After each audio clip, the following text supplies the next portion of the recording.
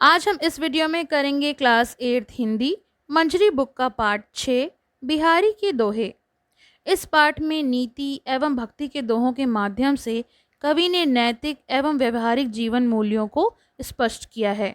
तो हम एक एक दोहे का अर्थ प्रसंग सहित जानेंगे।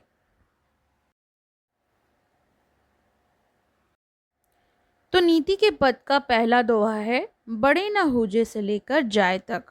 इसका संदर्भ इस प्रकार होगा। प्रस्तुत दोहा हमारी पाठ्य पुस्तक मंजरी के बिहारी के दोहे नामक पाठ से लिया गया है। इसके रचयिता बिहारी लाल जी हैं। इसका प्रसंग इस प्रकार है। प्रस्तुत दोहे में कवि ने गुणों की महत्ता का वर्णन किया है। व्याख्या।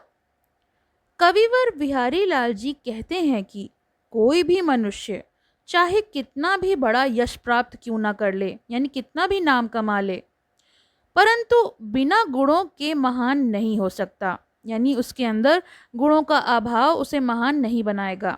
जैसे धतूरे को भी कनक कहा जाता है, परंतु उसका गहना नहीं बन सकता। नीति के पद का दूसरा दोहा, अति आघात से लेकर बुझाई तक। तो इसका संदर्भ और प्रसंग भी पहले के समान पूर्वता होगा। व्याख्या। नदी, कुआं, तालाब और बावड़ी कितने ही गहरे क्यों ना हो या फिर कितने ही उथले क्यों ना हो, जिसके द्वारा किसी की प्यास बुझ जाए वही उसके लिए समुद्र के समान है। यानी नीति के पद का तीसरा दोहा, ओछे बड़े से लेकर नैन तक। इसका संदर्भ और प्रसंग भी पूर्वता पहले के समान ही है। प्रस्तुत दोहा हमारी पाठ्य पुस्तक मंजरी के बिहारी के दोहे नामक पाठ से लिया गया है और इसके रचयिता बिहारी लाल जी हैं। इसका प्रसंग भी प्रस्तुत दोहे में कवि ने गुणों की महत्ता का वर्णन किया है। और अब व्याख्या देख लेते हैं। छोटे कभी बड़े नहीं हो सकते, चाहे वे कितना भी ऐंठ कर गगन छूने की कोशिश क्यों ना कर लें। छोटी वस्तु बड़ी नहीं हो सकती, चाहे उसे कितना भी आंखें फाड़कर क्यों ना देखा जाए। अगर वो छोटी है तो छोटी ही रहेगी और छोटी ही कही जाएगी। चौथा दोहा, कनक कनक से लेकर बौराए तक। यानी कनक कनकते सौगुनी मादकता अधिकाए, उही खाए बौराए जग, इही पाए बौराए। यहाँ पर कनक शब्द 2 बार आया है और दोनों का अर्थ अलग अलग है। इसका भी संदर्भ और प्रसंग पूर्वता है। व्याख्या पढ़ लेते हैं।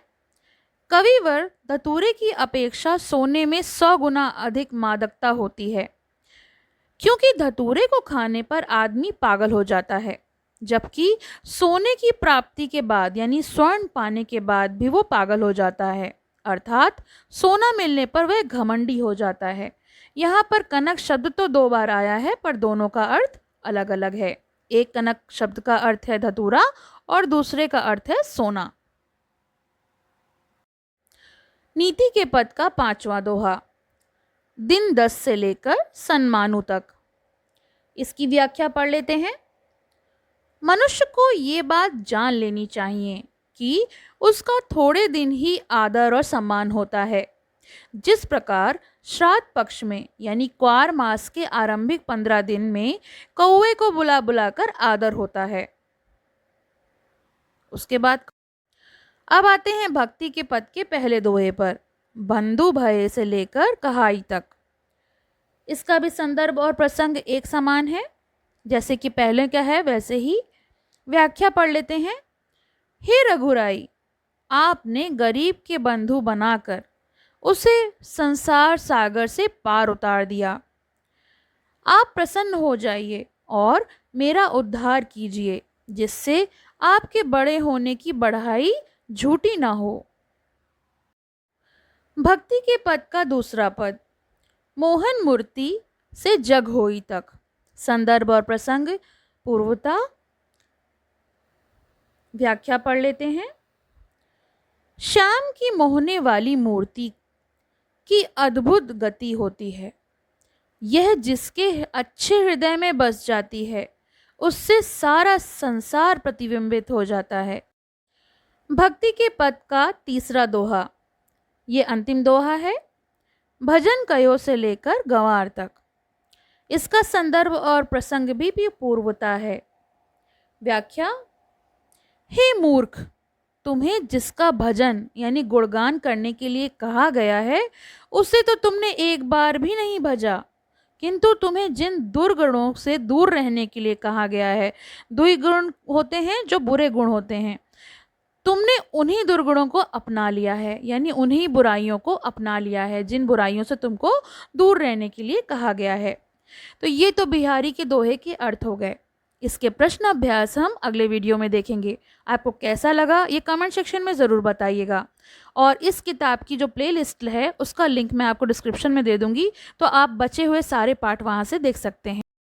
दोस्तों, अगर अभी तक आपने मेरे चैनल को सब्सक्राइब नहीं किया है तो please subscribe my channel and press the bell icon for new updates, जिससे कि आपको आने वाले न्यू वीडियोस के अपडेट्स मिलते रहें।